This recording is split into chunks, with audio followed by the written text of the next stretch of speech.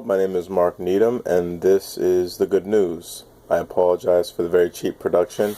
We're in talks with very talented people that would make this show a little shinier. But for now, I give you guys some high-quality rhetoric to make up for the low-quality video. So, basically, the idea behind the show, because this is the first episode, what I was thinking is, watching mainstream media and even watching alternative media, as noble a pursuit as alternative media can be, there doesn't seem to be, for me, in really any news that I watch, matter it be the commercial mass or the alternative, is there isn't a rhetoric for solution. If there is, it's in a very small amounts, and in the actual what you have to pick from as far as news organizations.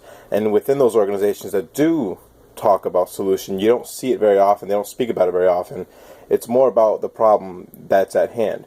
So what I wanted to do with this show, which I call the good news, is state an issue, talk about the problem, but then open up a discussion for solution, and make that the main focus of the show, so that we start getting into a habit of not focusing on the problem and not getting into this sort of fear porn mentality, but instead get ourselves as citizens, as servants of each other and our country, our state, get us into the habit of seeking to find resolution, because I feel like we're sort of programmed in a sense, maybe not perniciously, maybe subconsciously, by ourselves and by institutions, to dwell on problems. It's kind of like people love to gossip, but if anyone in the conversation starts saying, hey, well, what if we did this to solve it? They get dirty looks, because the objective of the gossip is just to gossip.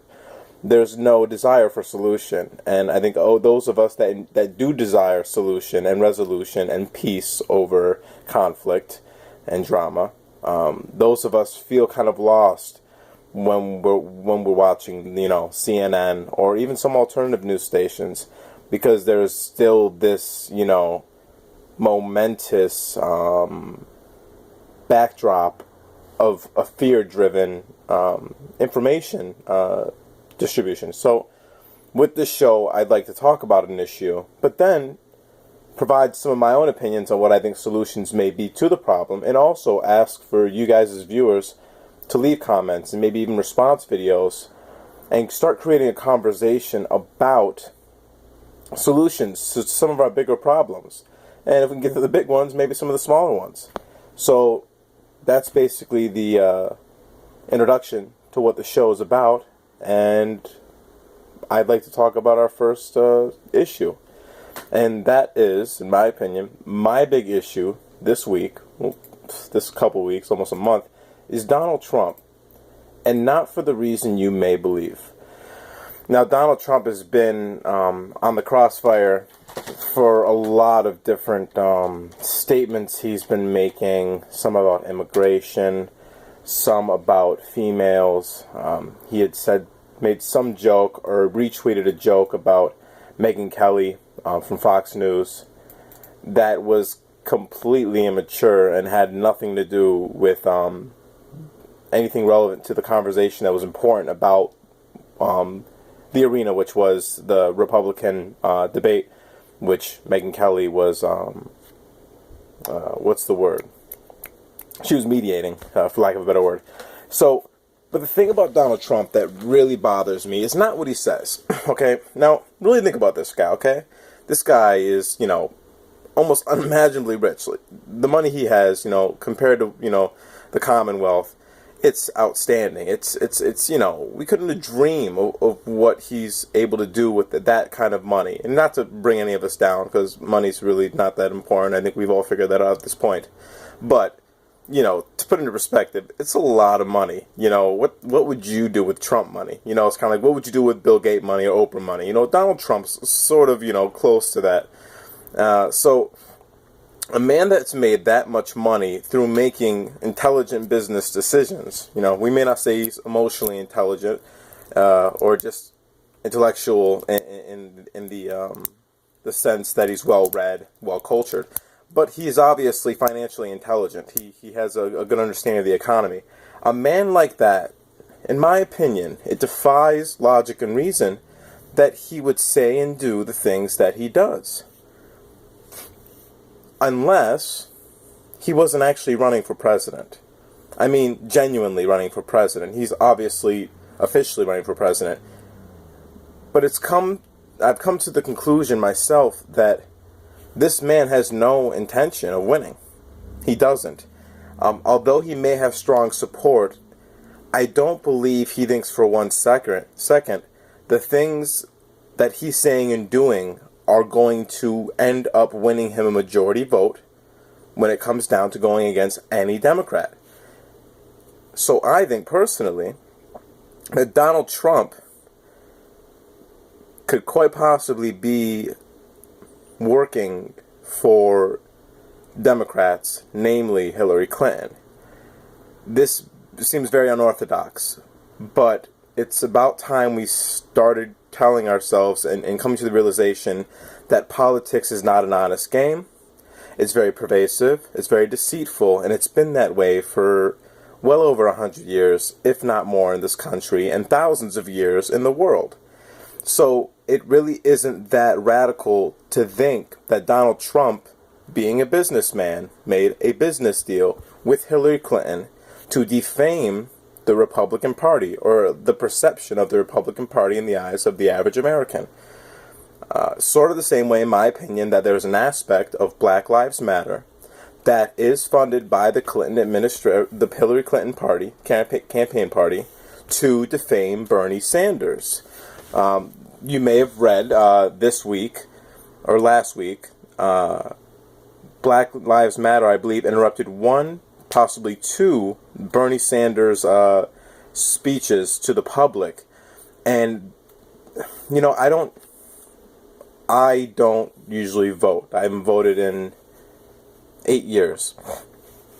And that's for reasons that I don't believe the system works. And if you keep utilizing a system that doesn't work, you justify it and you redeem it every time you participate in it. So by non-participation, I think I'm doing my part, as well as other things, like making this video, to try to provoke change so that we get a more efficient, more contemporary, modern, conducive to society type system for representational government.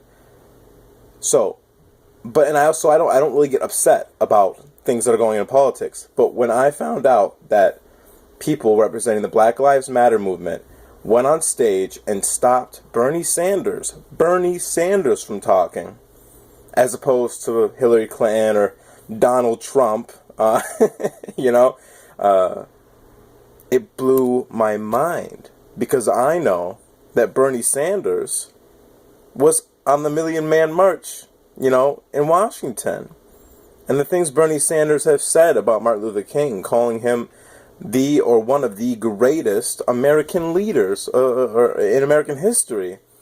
And that Bernie Sanders has consistently, for decades, represented the fight for civil rights for minority groups, all minority groups.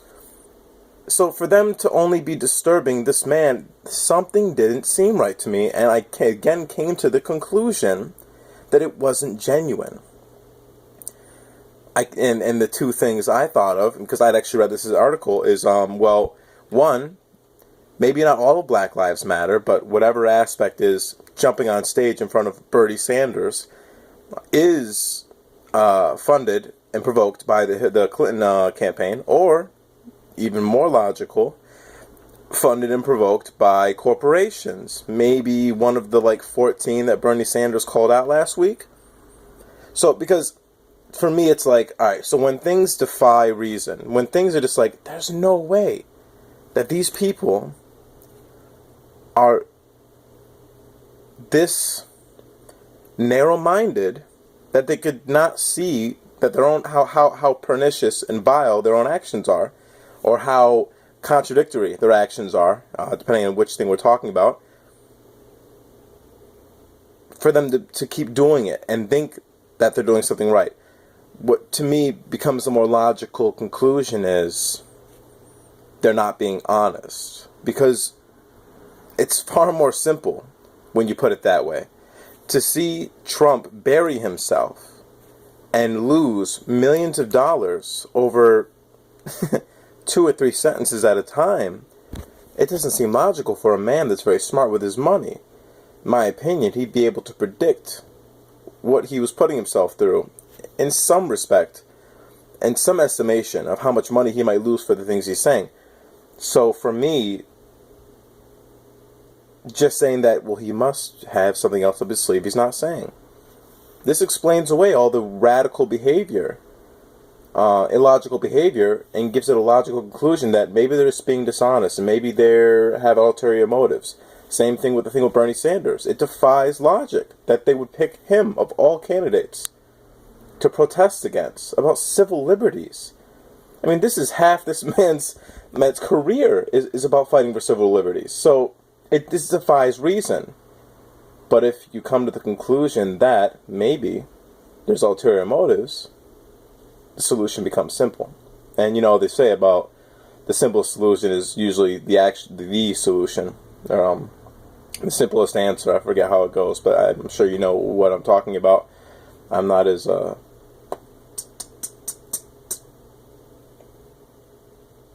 I'm not very good with my words right now. Ironically, I can't come up with the word you use to say that you're good for words. Anyways, let's get past this terrible tragedy that just occurred.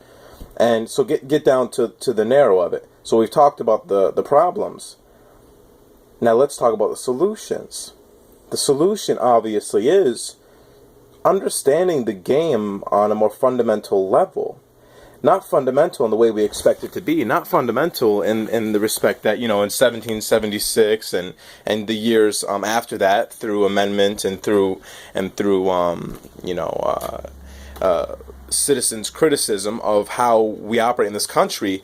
Not those sort of fundamentals of how the laws in our country run, but fundamental on the idea of how the politicians operate. How our representatives of government actually operate, their fundamental rules, because they don't play by the rules all the time. And there's always a lot of loopholes that we haven't caught yet as citizens.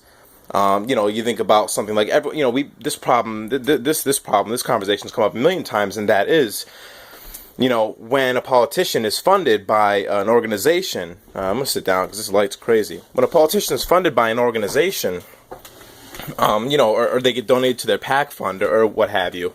When they get into office, I mean, it's hard to really convince yourself that this politician saying, well, I don't owe you any favors. Thanks for the money. But this is about public service.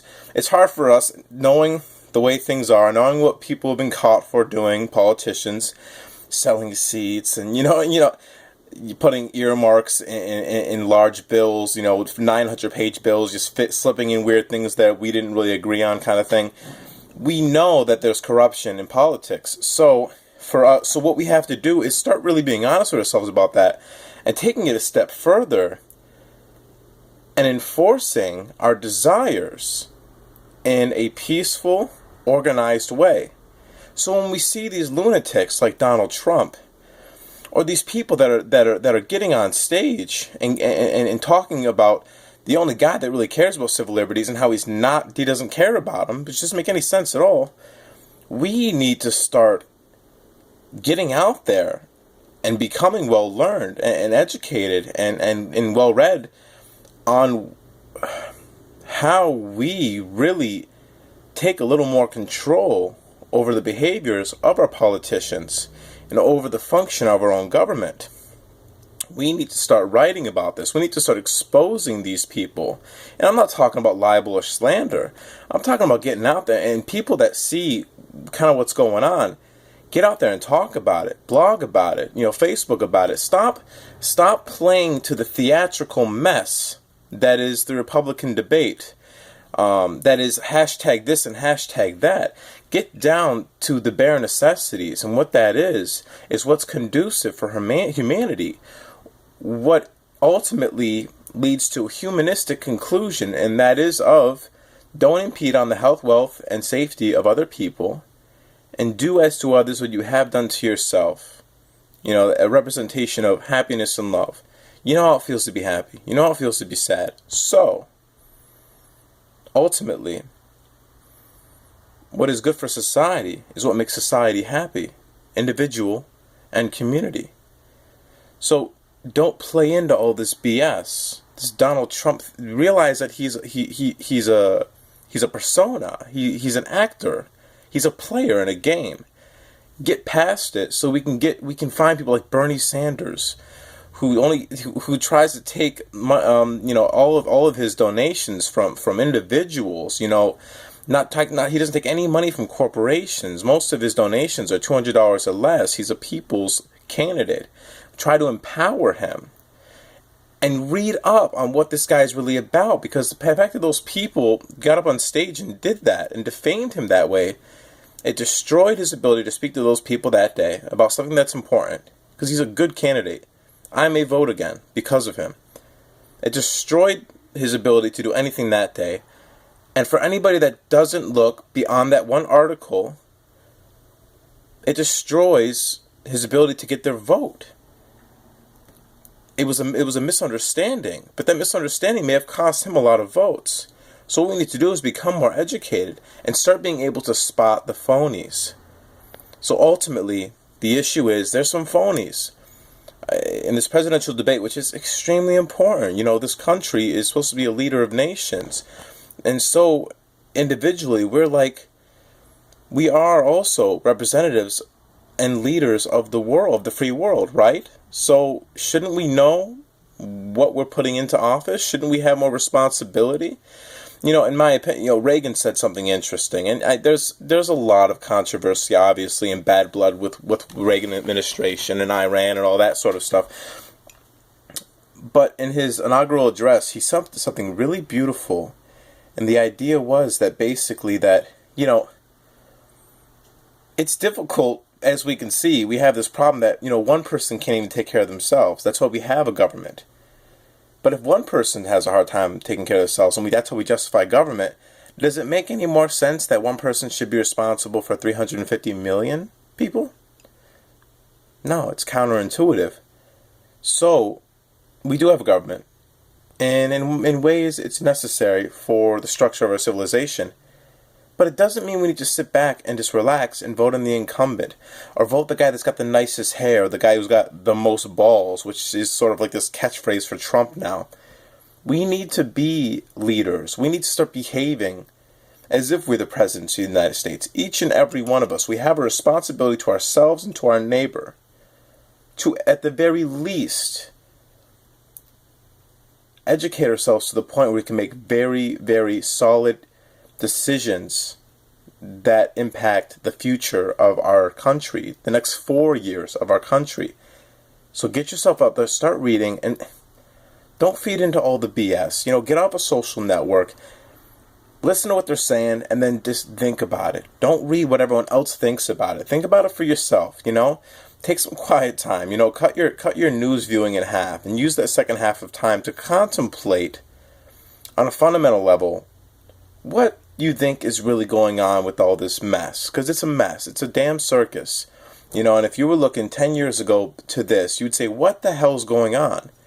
I liken some of this stuff to the way in Hunger Games, where they're all sitting on stage and they're just glorifying and glamorizing a very, very terrible, or very, very serious, that's a better way to connect these two things, a very serious event. It's sort of like a People magazine covers the Iraq War or something. That's what it feels like. It's very flaky. It's very disingenuous. So my opinion, that's what these the Republican debates have become. It's an effing circus. It's like a reality show. And for some reason we don't see it that way. But that's exactly what it is. These things aren't mature anymore. They're not intelligent. God, imagine Socrates or Plato or Sophocles any of those people up on those podiums, they would wreck those people. They would wreck any competition in 2 minutes. The debate would be over. You'd know who's the winner. We have pigeonholed ourselves into intellectual bankruptcy in this country, in this society. We need to start bringing back a desire and a love for knowing and for being responsible. Because when we know and we're responsible, we can see the phonies, the ones that aren't responsible, the ones that don't know.